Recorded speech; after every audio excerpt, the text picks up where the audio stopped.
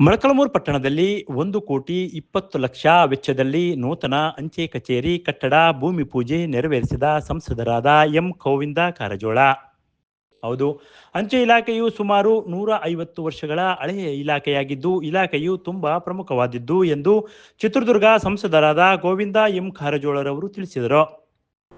ಪಟ್ಟಣದಲ್ಲಿ ಭಾನುವಾರ ಕೇಂದ್ರ ಸರ್ಕಾರ ಸಂಪರ್ಕ ಸಚಿವಾಲಯ ಅಂಚೆ ಕಚೇರಿ ಚಿತ್ರದುರ್ಗ ಅಂಚೆ ವಿಭಾಗ ಸಹಯೋಗದಲ್ಲಿ ಕೇಂದ್ರ ಸರ್ಕಾರದ ಅನುದಾನದ ಅಡಿಯಲ್ಲಿ ಮಂಜೂರಾದ 1.20 ಕೋಟಿ ವೆಚ್ಚದಲ್ಲಿ ಅಂಚೆ ಕಚೇರಿಯ ನೂತನ ಕಟ್ಟಡದ ಭೂಮಿ ಪೂಜೆ ನೆರವೇರಿಸಿ ಅವರು ಮಾತನಾಡಿದರು. ಒಂದು ಕಾಲಘಟ್ಟದಲ್ಲಿ ಅಂಚೆ ಇಲಾಖೆಯು ಉತ್ತಮ ಕೆಲಸ ಮಾಡುತ್ತಾ ಬಂದಿದೆ. ತಮ್ಮ ಬಂಧು ಬಳಗದವರು, ಗೆಳೆಯರಿಂದ, ಶಾಲಾ ಮಕ್ಕಳಿಂದ, ಸರ್ಕಾರಿ ಕಚೇರಿಗಳಿಂದ ಪತ್ರಗಳನ್ನು ಬರೆಯುವಂತಹ ಕೆಲಸ ಮಾಡುತ್ತಿದ್ದರು. ಪೋಸ್ಟ್ ಮಾಸ್ಟರ್ಗೆ ಹೋಗಿ ತನ್ನ ಪತ್ರ ಬರಬೇಕಿತ್ತು, ಬಂದಿದೆಯಾ ಎಂದು ಕುತೂಹಲದಿಂದ ಕೇಳುವಂತಹ ಕಾಲ ಹೊಂದಿತ್ತು. ಈಗ ಕಂಪ್ಯೂಟರ್ ಕಾಲ, ಎಲ್ಲವೂ ಮೊಬೈಲ್ನಲ್ಲೇ ನೋಡುತ್ತಾರೆ. ಹಳ್ಳಿ ಭಾಗದಲ್ಲಿ ಪೋಸ್ಟ್ ಮಾಸ್ಟರ್ಗಳು ಉತ್ತಮ ಪ್ರಾಮಾಣಿಕವಾಗಿ ಕೆಲಸ ಮಾಡುತ್ತಿದ್ದರು.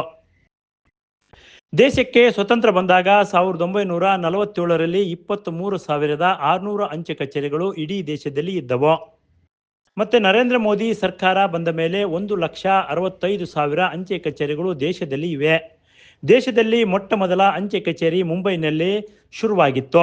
ಕಾಲ ಬದಲಾಗಿದ್ದರಿಂದ ಕಂಪ್ಯೂಟರ್ ಕಾಲದ ಸ್ಪರ್ಧಾತ್ಮಕ ಜಗತ್ತಿನಲ್ಲಿ ಉತ್ತಮ ಕಾರ್ಯ ಅಂಚೆ ಕಚೇರಿ ಮಾಡುತ್ತಾ ಬಂದಿದೆ.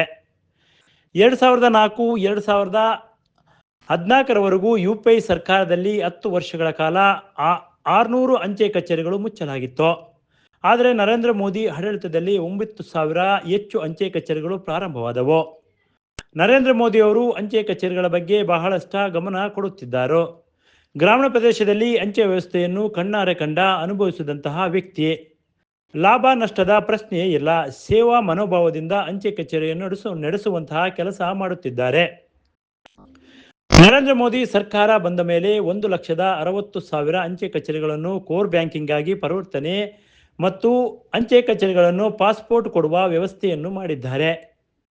ಮತ್ತು 13,000 ಅಂಚೆ ಕಚೇರಿಗಳನ್ನು ಆಧಾರ್ ಸೇವೆ ಕೇಂದ್ರಗಳನ್ನು ಪರಿವರ್ತನೆ ಮಾಡಿದ್ದಾರೆ. ಹೀಗೆ ಹಲವಾರು ಹೊಸ ವಿಧಾನಗಳನ್ನು ಅಂಚೆ ಕಚೇರಿಗೆ ನೀಡಿದ ಕೀರ್ತಿ ನರೇಂದ್ರ ಮೋದಿ ಅವರಿಗೆ ಸಲ್ಲುತ್ತದೆ ಎಂದರು.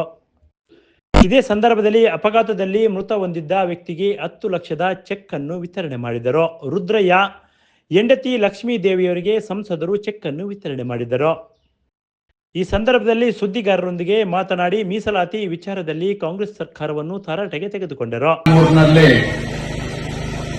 ಒಂದು ಸುಂದರ ಶಿಲ್ಪಕಲೆಯಿಂದ ಕೂಡಿರ್ತಕ್ಕಂಥ ಅಂದವಾದ ಸುಂದರವಾದ ಕಟ್ಟಡದ ನಿರ್ಮಾಣದ ಭೂಮಿ ಪೂಜೆಯನ್ನು ನಾವು ಇವತ್ತು ಮಾಡಿದ್ವಿ. ಬಂಧುಗಳೇ, ಅಂಚೆ ಇಲಾಖೆ ಸುಮಾರು 150 ವರ್ಷಗಳ ಹಳೆಯದಾದಂಥ ಇಲಾಖೆ. ಇದು ಹಿಂದೆ ನಿನ್ನೆದಲ್ಲ, ಬಹಳ ಪ್ರಮುಖವಾದಂಥ ಇಲಾಖೆ. ಒಂದು ಕಾಲಘಟ್ಟದಲ್ಲಿ ಅಂಚೆ ಇಲಾಖೆ ಎಷ್ಟು ಮಹತ್ವ ಇತ್ತು ಅಂದ್ರೆ, ಪ್ರತಿಯೊಬ್ಬರೂ ಕೂಡ ತಮ್ಮ ಬಂಧು ಬಳಗದವರಿಂದ, ಗೆಳೆಯರಿಂದ, ಸರ್ಕಾರಿ ಕಚೇರಿಗಳಿಂದ ಪತ್ರಗಳನ್ನು ಬರೆಯುವುದನ್ನು ಕಾಯ್ತಾ ಇದ್ರು. ಪೋಸ್ಟ್ಮನ್ ಮನೆಗೆ ಹೋಗಿ ಕೇಳ್ತಾ ಇದ್ರು, ನನ್ನ ಪತ್ರ ಬಂದದೇನು ಅಂತ ಒಂದು ಕಾಲ ಇತ್ತು. ಪೋಸ್ಟ್ಮನ್ಗಳಂದ್ರೆ ಬಹಳ ಮಹತ್ವದ ಪಾತ್ರ ವಹಿಸ್ತಕ್ಕಂಥವ್ರು ಇದ್ರು ಹಳ್ಳಿಗಳಲ್ಲಿ. ಶಿಕ್ಷಕರು ಯಾವ ರೀತಿ ಪ್ರಮುಖ ಪಾತ್ರ ವಹಿಸಿದ್ರು ಹಿಂದಿನ ಕಾಲದಲ್ಲಿ, ಅದೇ ರೀತಿ ನಮ್ಮ ಹಳ್ಳಿಗಳಲ್ಲಿ ಪೋಸ್ಟ್ಮನ್ಗಳು ಇರ್ತಾ ಇದ್ರು. ನನ್ನ ಸಣ್ಣ ವಯಸ್ಸಿನಲ್ಲಿರ್ತಕ್ಕಂಥ ಒಂದು ಅನುಭವವನ್ನು ನಿಮ್ಮ ಮುಂದೆ ಹೇಳಲಿಕ್ಕೆ ಬಯಸ್ತೀನಿ. ನನ್ನ ಸ್ವಂತ ಊರು ಬಿಜಾಪುರ ತಾಲೂಕ, ಬಿಜಾಪುರದಿಂದ 25 ಕಿಲೋಮೀಟರ್ ದೂರ ಬಂದಿರತಕ್ಕಂಥ ಊರು. ಅಲ್ಲೇ ಅಂಚೆ ಕಚೇರಿ ಇರಲಿಲ್ಲ, ಪೋಸ್ಟ್ಮನ್ ಇರಲಿಲ್ಲ, ಬೇರೆ ಪ್ರೋಗ್ರಾಮ್ ಪತ್ರ ಬರೀತು. ಇಲ್ಲಿಟ್ರೇಟ್ ಜನ ನಮ್ಮ ಹಳ್ಳಿ ಒಳಗೆ ಕಲ್ತವ್ರೆ ಕಡಿಮೆ. ಅವ್ರ ಊರು ಬೀಗರಿಗೆ ಪತ್ರ ಬರೀಬೇಕಂದ್ರೆ ನಮ್ಮ ಕಡೆದ ಅವ್ರ ಮನೆಗೆ ಹೋಗಿ ಅವರೇ ಸ್ವಂತ ದುಡ್ಡು ಕೊಟ್ಟು ಕಾರ್ಡ್ ತಂದದ್ದನ್ನು ಬರೆಸ್ತಿದ್ರು. ಹಾಗೆ ಮಾಡಿ ನಮ್ಮೂರಿನಲ್ಲಿ ಪತ್ರ ವ್ಯವಹಾರ ಜಾಸ್ತಿ ಅದ, ಪೋಸ್ಟ್ ಅವಶ್ಯಕತೆ ಒಂದು ಪೋಸ್ಟ್ ಸ್ಯಾಂಕ್ಷನ್ ಮಾಡಿದ್ರು, ಮಾಡಿಸ್ಕೊಂಡು ಬಂದ್ರು. ನಿಮಗೆ ನನ್ನ ಅನುಭವದಲ್ಲಿ ಹೇಳ್ತೀನಿ, 70 ವರ್ಷದ ಹಿಂದಿನ ಮಾತು ಮಾಡಿ ಆ ರೀತಿ ಹಳ್ಳಿಗಳಲ್ಲಿ ಅವತ್ತು ಪೋಸ್ಟ್ಗಳನ್ನ ಶುರು ಮಾಡತಕ್ಕಂಥದ್ದು, ಕಾರ್ಡ್ಗಳನ್ನ ಶುರು ಮಾಡತಕ್ಕಂಥದ್ದು ಕಲಿಸಿಕೊಟ್ಟಂಥವ್ರು ಅನೇಕ ಹಿರಿಯರು ಗ್ರಾಮಗಳಲ್ಲಿ ಈ ರೀತಿ ಮಾಡಿ ತಮ್ಮೂರಿನಲ್ಲಿ ಅಂಚೆ ಕಚೇರಿ ಪ್ರಾರಂಭ. ಒಬ್ಬ ಪೋಸ್ಟ್ಮನ್ ಅವನಿಗೇನು ಬಹುಶಃ ಆವತ್ತಿನ ಕಾಲದಾಗ ಏನು 5 ರೂಪಾಯಿ ಕೊಡ್ತಿದ್ರು 10 ರೂಪಾಯಿ ಕೊಡ್ತಿದ್ರು ಗೊತ್ತಿಲ್ಲ, ಅಷ್ಟು ಕೊಡ್ತಿದ್ರು. ಅದು ದುಡ್ಡೆಲ್ಲ ಇದಕ್ಕೆ ಖರ್ಚು ಮಾಡ್ತಿದ್ರು ಮಲ್ಲಾರಾಯ. ಈ ರೀತಿ ನಾವು ನಮ್ಮ ಅನುಭವದಲ್ಲಿ ಹೇಳುವಂತ ಮಾತು. ಇವತ್ತು ಪೋಸ್ಟ್ ಆಫೀಸ್ನಲ್ಲಿ ಠೇವಣಿ ಇರ್ತಕ್ಕಂಥದ್ದು, ಮನಿ ಆರ್ಡರ್ ಮಾಡ್ತಕ್ಕಂಥದ್ದು, ಈ ಎಲ್ಲ ವ್ಯವಸ್ಥೆ ಇತ್ತು. ಬ್ಯಾಂಕಿಂಗ್ ವ್ಯವಸ್ಥೆನ ಪೂರ್ಣ ಪ್ರಮಾಣದಲ್ಲಿ ಪೋಸ್ಟ್ ಆಫೀಸ್ ಮುಖಾಂತರ ಮಾಡಬೇಕು.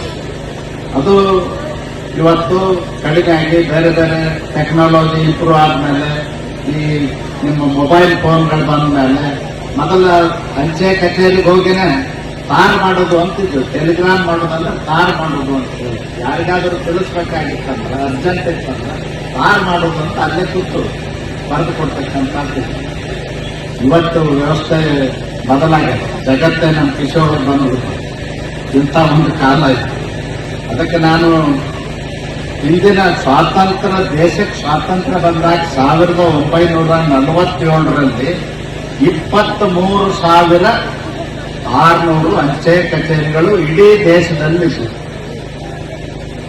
ಇವತ್ತು ಸ್ವಾತಂತ್ರ್ಯ ಬಂದ ನಂತರ, ಅಂದ್ರೆ ನರೇಂದ್ರ ಮೋದಿಜಿಯವರ ಆಡಳಿತ ಶುರುವಾದ ಹೊತ್ತಿಗೆ 1,65,000 ಅಂಚೆ ಕಚೇರಿಗಳು ದೇಶದಲ್ಲಿ ಇದ್ದಾವೆ. ದೇಶದಲ್ಲಿ ಮೊಟ್ಟ ಮೊದಲ ಅಂಚೆ ಕಚೇರಿ ಪ್ರಾರಂಭ ಆದದ್ದು ಮುಂಬೈದಲ್ಲಿ 1854ರಲ್ಲಿ ಮುಂಬೈದಲ್ಲಿ ಅಂಚೆ ಕಚೇರಿ ಪ್ರಾರಂಭ ಆಯಿತು.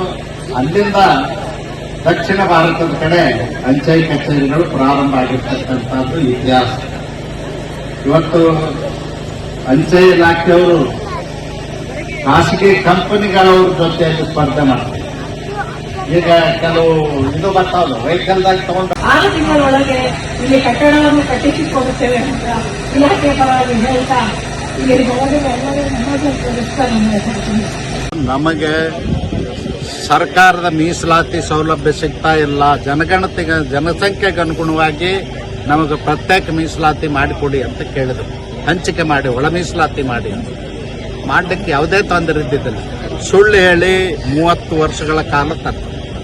ಅದಾದ ಮೇಲೆ ನರೇಂದ್ರ ಮೋದಿಜಿಯವರು ಅಧಿಕಾರಕ್ಕೆ ಬಂದ ಮೇಲೆ, ಅವರಿಗೆ ಮನವರಿಕೆ ಮಾಡಿಕೊಟ್ಟ ಮೇಲೆ ಅವರು ಸುಪ್ರೀಂ ಕೋರ್ಟಿಗೆ ಅಫಿಡವಿಟ್ ಹಾಕಿದರು. ಸಾಲಿಸಿಟರ್ ಜನರಲ್ ಮತ್ತು ಅಟಾರ್ನಿ ಜನರಲ್ ಅವ್ರ ಮುಖಾಂತರ ಸುಪ್ರೀಂ ಕೋರ್ಟಿಗೆ ಮನವಿ ಮಾಡಿದರು, ಅಫಿಡವಿಟ್ ಹಾಕಿದರು. ಒಳ ಮೀಸಲಾತಿ ಕೊಡಲಿಕ್ಕೆ ನನ್ನ ಸರ್ಕಾರ ಬದ್ಧತೆ, ದೇಶದಲ್ಲಿ ಆದೇಶ ಮಾಡಬಹುದು. ಅದರ ಅನುಗುಣವಾಗಿ 7 ಮೆಂಬರ್ಸ್ ಕಾನ್ಸ್ಟಿಟ್ಯೂಷನಲ್ ಬೆಂಚ್ ಕಾನ್ಸ್ಟಿಟ್ಯೂಟ್ ಆಯಿತು. ಮುಖ್ಯ ನ್ಯಾಯಮೂರ್ತಿ ಚಂದ್ರಚೂಡ್ ಅವರೇ ಅದರ ನೇತೃತ್ವ ಆಯಿತು. ಆಗಸ್ಟ್ 1, 2024 ದೇಶದಲ್ಲಿ ಆಯಾ ರಾಜ್ಯಗಳವರು ಎಲ್ಲಿ ಬೇಡಿಕೆ ಇದೆ ಅವರು ಕೊಡಬಹುದು ಅಂತ ಆದೇಶ ಮಾಡಿದ್ರು. ಒಳ ಮೀಸಲಾತಿ ಕೊಡಲಿಕ್ಕೆ ಸಂವಿಧಾನದಲ್ಲಿ ಯಾವುದೇ ನಿರ್ಬಂಧ ಇಲ್ಲ, ಕೊಡಬಹುದು, ಕೊಡಬೇಕು, ಸಾಮಾಜಿಕ ನ್ಯಾಯ ಅಂತಕ್ಕಂಥ ದೃಷ್ಟಿಯಿಂದ ಮಾಡಿದ್ರು. ಅದರಲ್ಲಿ ಇನ್ನೂ ಒಂದು ಬಹಳ ವಿಶೇಷವಾದಂಥ ವಿಷಯವನ್ನು ಪರಿಗಣಿಸಿದರು. ಯಾರು 75 ವರ್ಷ ಸ್ವಾತಂತ್ರ್ಯದಲ್ಲಿ ಮೀಸಲಾತಿ ಸೌಲಭ್ಯ ಪಡೆಯದೆ ಹಿಂದುಳಿದಾರ ಅವ್ರನ್ನ ಹೆಚ್ಚಿನ ಪ್ರಮಾಣದಲ್ಲಿ ಪರಿಗಣಿಸಬೇಕಂತಕ್ಕಂಥ ಸೂಚನೆ ಕೂಡ ಕೊಟ್ಟಿದ್ದಾರೆ. ಎಲ್ಲನೂ ಇದೆ. ಮತ್ತೆ ಇನ್ನೊಂದು ಸಿದ್ದರಾಮಯ್ಯನವ್ರಿಗೆ ನಾನು ಕೇಳಲಿಕ್ಕೆ ಬಯಸ್ತೀನಿ. ಸಿದ್ದರಾಮಯ್ಯನವರೇ ಈ ಮೋಸದಾಟ ಬಿಡಿ. ಗೋವಿ ನಿಗಮ ಇದೆ, ಬಂಜಾರ ನಿಗಮ ಇದೆ, ಆದಿಜಾಂಬವ್ ನಿಗಮ ಇದೆ, ಅಂಬೇಡ್ಕರ್ ನಿಗಮ ಇದೆ, ವಾಲ್ಮೀಕಿ ನಿಗಮ ಇದೆ. ಪ್ರತಿಯೊಂದು ಜನಾಂಗದ್ದು ಪ್ರತ್ಯೇಕ ನಿಗಮ ಮಾಡಿದ್ರೆ ಅಲ್ಲಿಯೂ ಜನಸಂಖ್ಯೆ, ಅಲ್ಲಿಯೂ ಫಲಾನುಭವಿಗಳಿಗೆ ಕೊಡ್ತೀರಿ, ಪ್ರತಿ ವರ್ಷ ಆಯ್ಕೆ ಮಾಡ್ತೀರಿ. ಹಾಗಾದ್ರೆ ಅದು ದತ್ತಾಂಶ ಸುಳ್ಳನ? ಈ ಮೋಸದಾಟದಿಂದ ಕಾಂಗ್ರೆಸ್ನವರು ಇದನ್ನೇ ಮಾಡ್ಕೊಂಡು ಹೋಗ್ಯಾರ. ಅವ್ರ ದುರುದ್ದೇಶ ಏನಂದ್ರೆ, ಅಸ್ಪೃಶ್ಯರು ಯಾರು ಕಸ ಗೂಡಿಸಿ ಜೀವನ ಮಾಡ್ತಾರೆ, ಯಾರು ಗಟ್ಟರ್ ಬಳದ ಜೀವನ ಮಾಡ್ತಾರೆ, ಯಾರು ಕಕ್ಕಸ ತೊಳೆದ ಜೀವನ ಮಾಡ್ತಾರ, ಯಾರು ರಸ್ತೆ ಮೇಲೆ ಕೂತು ಚಪ್ಪಲ್ ಹೊಲದ ಜೀವನ ಮಾಡ್ತಾರ, ಯಾರು ಬೂಟ್ ಪಾಲಿಶ್ ಮಾಡಿ ಜೀವನ ಮಾಡ್ತಾರ, ಅಂಥವರು ಅವ್ರ ವೋಟ್ ಬ್ಯಾಂಕ್ ಶಾಶ್ವತವಾಗಿ ಇರಬೇಕಾದ್ರೆ ಅವ್ರಿಗೆ ಮೀಸಲಾತಿ ಸೌಲಭ್ಯ ಸಿಗದಾನೆ ಹಾಗೆ ಕೈ ಒಡ್ಕೊಂಡಿರ್ಬೇಕು. ಅಕ್ಕಿ ಕೊಡ್ತೀನಿ ಕೈ ಒಡ್ಡು, ಬ್ಯಾಳಿ ಕೊಡ್ತೀನಿ ಕೈ ಒಡ್ಡು. ನಾಚಿಕೆ ಆಗ್ಬೇಕು ಸಿದ್ದರಾಮಯ್ಯ ಅಹಿಂದ ನಾಯಕ ಅಂತ ಹೇಳಲಿಕ್ಕೆ. ನಾನು ಕೇಳ್ತೀನಿ, ಅಹಿಂದ ನಾಯಕ ಆಗಿದ್ರೆ, ನಿನಗೆ ಸಾಮಾಜಿಕ ಕಳಕಳಿ ಕಾಳಜಿ ಇದ್ರೆ 2013ರಿಂದ 18ರವರೆಗೂ ಮುಖ್ಯಮಂತ್ರಿ ಆದ್ರಿ, ಅವಾಗೂ ಮಾಡಲಿಲ್ಲ, ಮೋಸ ಮಾಡಿದ್ರಿ. ಈಗ 2018ರಾಗ ಸೋತ್ ಮೇಲೆ ಹೇಳಿದ್ರಿ ಮಾದಿಗರು ನನಗೆ ಓಟ್ ಹಾಕ್ಲಿಲ್ಲ, ಲೆಫ್ಟ್ನವ್ರು ಓಟ್ ಹಾಕ್ಲಿಲ್ಲ, ಅಸ್ಪೃಶ್ಯರು ನನಗೆ ಓಟ್ ಹಾಕ್ಲಿಲ್ಲ, ಅದಕ್ಕಾಗಿ 2018ರಲ್ಲಿ ನನ್ನ ಸರ್ಕಾರ ಸೋತು ಅಂತ ಮೋಸ ಮಾಡಿದ್ರಿ.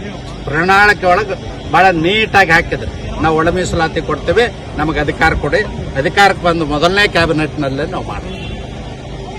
ಅದಕ್ಕೆ ನಾನು ಹೇಳ್ತೀನಿ, ಸಿದ್ದರಾಮಯ್ಯನವ್ರಿಗೆ ಎಚ್ಚರಿಕೆ ಕೊಡ್ತೀನಿ, ಇದು ಸುಲಭವಾಗಿ ಮುಕ್ತಾಯ ಆಗ್ತಕ್ಕಂಥದ್ದಲ್ಲ. ಮತ್ತೀಗ ಹೊಸದಾಗಿ ಕಮಿಷನ್ ನೇಮಿಸಲ್ಲ.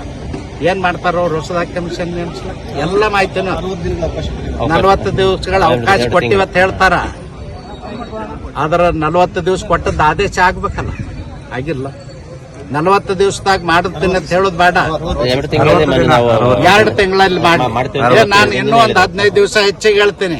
ಜೂನ್ 15ನೇ ತಾರೀಕಿಗೆ ಮಾಡ್ತೀನಿ ಅಂತ ಡಿಕ್ಲೇರ್ ಮಾಡ್ಲಿ. ಅವನಿಗೆ ಬದ್ಧತೆ ಇತ್ತಂದ್ರ, ಮುಖ್ಯಮಂತ್ರಿ ಆದವ್ರಿಗೆ ಬದ್ಧತೆ ಇತ್ತಂದ್ರ, ಕಾಂಗ್ರೆಸ್ ಸರ್ಕಾರಕ್ಕೆ ಬದ್ಧತೆ ಅಂತಂದ್ರ ಜೂನ್ 15ಕ್ಕೆ ನಾವು ಮಾಡ್ತೀವತ್ತ ನಾಳೆನೇ ಡಿಕ್ಲೇರ್ ಮಾಡ್ಲಿ. ಇಲ್ಲ ಅಂದ್ರ ರಸ್ತದ ಮೇಲೆ ಓಡಾಡೋದು ಕಷ್ಟ ಆಗ್ತದೆ. ಸಂದರ್ಭದಲ್ಲಿ ಪಟ್ಟಣ ಪಂಚಾಯಿತಿ ಅಧ್ಯಕ್ಷರಾದ ಲೀಲಾವತಿ ಸಿದ್ದಣ್ಣ, ಉಪಾಧ್ಯಕ್ಷರಾದ ತಿಪ್ಪೇಸ್ವಾಮಿ, ಮಂಡಲ ಅಧ್ಯಕ್ಷರಾದ ಶ್ರೀರಾಮರೆಡ್ಡಿ, ಡಾಕ್ಟರ್ PM ಮಂಜುನಾಥ್, ಪಟ್ಟಣ ಪಂಚಾಯಿತಿ ಸದಸ್ಯರಾದ ಶುಭಾ ಪೃಥ್ವಿರಾಜ್, ಭಾಗ್ಯಮ್ಮ ಭೀಮಣ್ಣ, ಅರ್ಜುನ್, ಮುಖಂಡರಾದ ಚಂದ್ರಶೇಖರ ಗೌಡ, ಕೊಂಡ್ಲಳ್ಳಿ ರೇವಣ್ಣ, ಯುವ ಮುಖಂಡರಾದ ತುಮಕೂರಳ್ಳಿ ಮಂಜುನಾಥ್, ಡಿಶ್ ರಾಜು, ಪ್ರಭು, ಸಿದ್ಧಾರ್ಥ್, ಇನ್ನೂ ಹಲವರು ಉಪಸ್ಥಿತರಿದ್ದರು.